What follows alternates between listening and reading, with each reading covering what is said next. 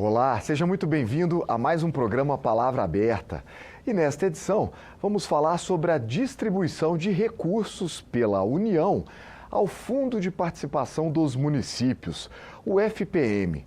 O deputado Pompeu de Matos, do PDT do Rio Grande do Sul, é vice-presidente da comissão especial que analisa a proposta de emenda à Constituição 231 de 2019. E sobre essa PEC, que amplia o dinheiro das cidades brasileiras, o parlamentar conversa agora com a gente. Deputado, seja muito bem-vindo a mais um programa Palavra Aberta. Obrigado pela oportunidade da entrevista.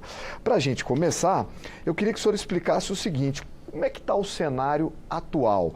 A União está concentrando uma parte maior dos recursos em detrimento dos municípios? Prazer, Marcelo, falar contigo, os internautas e os telespectadores. Na verdade, nós temos essa discussão dentro desta PEC, que aliás não é uma PEC, são três que se juntam, se aglutinam para fazer esse debate. E, na essência, a União repassa, via de regra, 50% do que arrecada para os municípios e para os estados e para as regiões. Então, são três espaços. E nós queremos agora ampliar esse repasse, ou seja, fazer uma partilha melhor do bolo da Receita Pública Federal. Por isso que esta PEC, esse conjunto de PEC, ela tem quatro aspectos numa só. Ela prevê um aumento de 1% no repasse do FPM para os municípios do Brasil. Ela prevê a criação de um recurso de 1% para um chamado Fundo Constitucional do Sul do Brasil, Rio Grande do Sul, Paraná e Santa Catarina, mais 1% para um outro Fundo Constitucional, que é do Sudeste do Brasil, ou seja, São Paulo, Rio, Minas e Espírito Santo, e mais 0,5% para a segurança pública para todo o Brasil. Então ela tem uma amplitude. Com isso nós vamos ampliar a partilha do bolo da Receita Federal de 50% para 53%. Eu diria assim, fica muito mais justo, muito mais equilibrado. E nesse contexto, nós vamos contemplar, além de estar no rol todos os municípios do Brasil, numa proporção de acordo com a sua população, de acordo com os índices, nós vamos ter um fato novo, que é a criação de dois fundos constitucionais, um do Sul e outro do Sudeste. A exemplo do fundo constitucional que existe no Norte, no Nordeste e no Centro-Oeste. No Nordeste nós temos o Fundo Constitucional do Nordeste, que é administrado pela SUDENE. No Norte, o Fundo Constitucional administrado pela SUDAM, Superintendência de Desenvolvimento da Amazônia, e no Centro-Oeste pela SUDECO, Superintendência de Desenvolvimento do Centro-Oeste. No Sul e no Centro-Oeste não tem esse recurso. Ou seja, hoje, para te teres uma ideia, anualmente, e lá se vão muitos anos, mas a cada ano a SUDENE recebe 1,8% da receita, que significa 40 bilhões por ano. A SUDECO, o Centro-Oeste, 12 bilhões por ano, ou seja, 0,6. E a Amazônia também 0,6, também 12 bilhões. Então, veja bem que é um valor expressivo. Enquanto isso, o Sul e o Sudeste não recebem nada. E nem tem instituições como a SUDAM, a SUDENE e a SUDECO. Aliás, o Rio Grande do Sul tinha a SUDESUL, que foi extinguida lá nos anos 90 e ficou por isso mesmo. É tão bom para o Norte, para o Nordeste e para o Centro-Oeste que nós queremos para o Sul e para o Sudeste. É justo que seja. E nesta proposta, este 1% vai gerar numa receita em torno de 21 bilhões por ano para o Sul e 21 bilhões por ano para o Sudeste. Deixa eu ver se eu entendi então, deputado. Eu percebo que ao longo dos últimos anos, já há vários anos, eu percebo crescer aqui na casa um movimento que tem como lema uma frase que é muito repetida, que é mais Brasília, aliás, mais Brasil e menos Brasília. Parece que o objetivo desses parlamentares, que vêm de diversas correntes ideológicas diferentes, não é um movimento, parece, encabeçado pela esquerda ou pela direita, parece um movimento descentralizado que traz a linha de que é preciso fortalecer os entes menores, no caso os municípios, porque eles teriam um contato maior com a realidade e os problemas de cada região, de cada localidade. O senhor está participando, o senhor concorda com esse movimento e acha que é necessário realmente fortalecer os municípios em detrimento da União? Esta PEC, estas PECs, é exatamente esse movimento, é a consolidação desse movimento.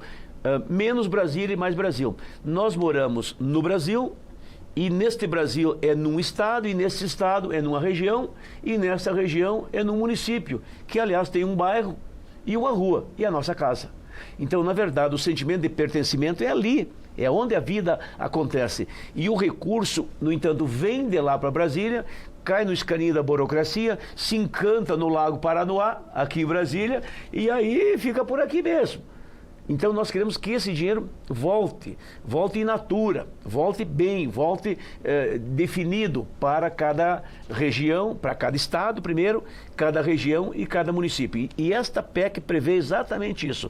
Ou seja, assim como o Norte, o Nordeste e o Centro-Oeste têm uma receita específica que somada, vamos lá, 40 mais 2 vezes 12 mais 24, ou seja, 65 bilhões eles recebem, essas 3 regiões por ano. O Sul e o Sudeste não recebem nada. Então nós queremos que o Sul e o Sudeste recebam 40 bilhões, ou seja, 21 para o Sul, 21 para o Sudeste, repartem entre os estados do Sudeste e a parte do Sul reparte entre os estados do Sul. O Rio Grande do Sul vai receber em torno de 7 bilhões por ano.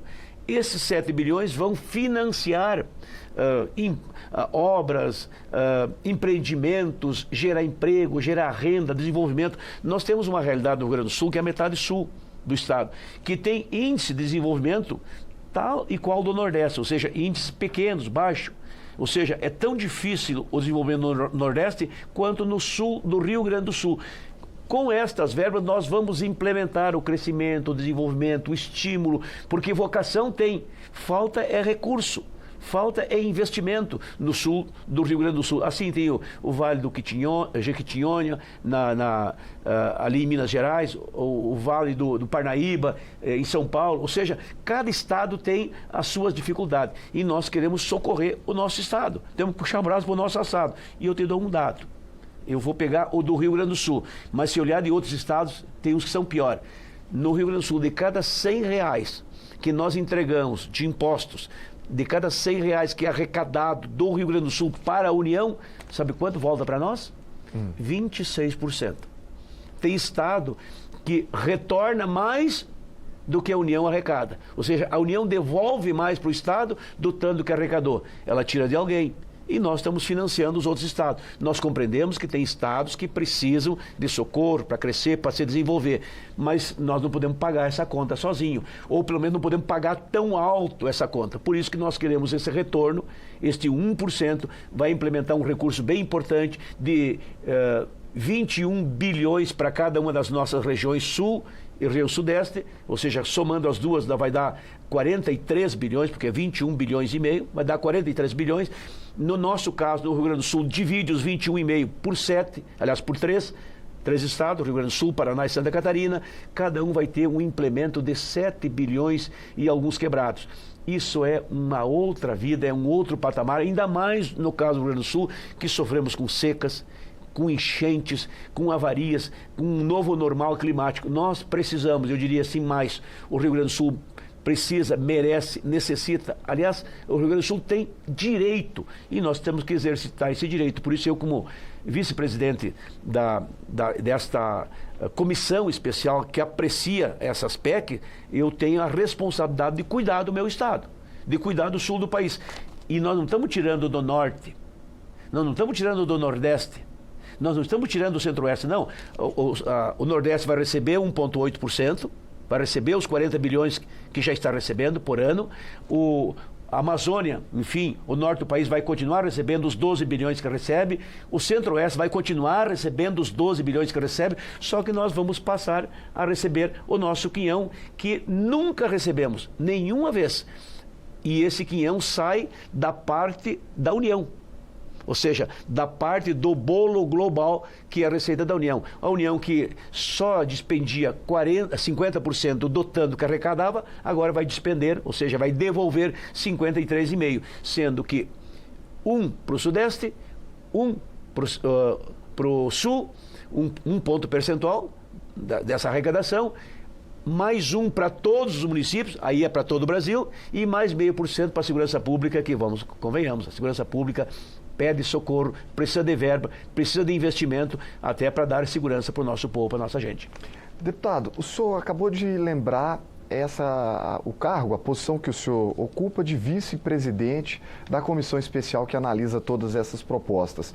Eu queria que o senhor falasse um pouquinho sobre o trabalho do colegiado. A proposta já foi aprovada? Para onde ela vai ser encaminhada? Como é que os senhores fizeram para juntar essas 3 propostas num texto só? Fala um pouquinho sobre o trabalho da comissão. Na verdade, um trabalho denso, intenso, inclusive com seminários em cada estado. No meu caso, eu fiz um seminário como vice-presidente, um seminário no Rio Grande do Sul. Outros colegas deputados fizeram seminário em Santa Catarina, fizeram seminários no Paraná, naturalmente São Paulo, Rio, Minas, Espírito Santo. Ou seja, debates na base com as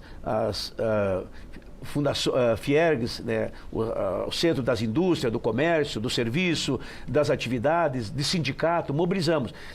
Debatemos com várias audiências públicas aqui em Brasília e concluímos o trabalho e já votamos na comissão. Já aprovamos na comissão e agora vai para plenário. Nós queremos votar o quanto antes. Eu gostaria que fosse votado antes do recesso, mas eu sei que é difícil.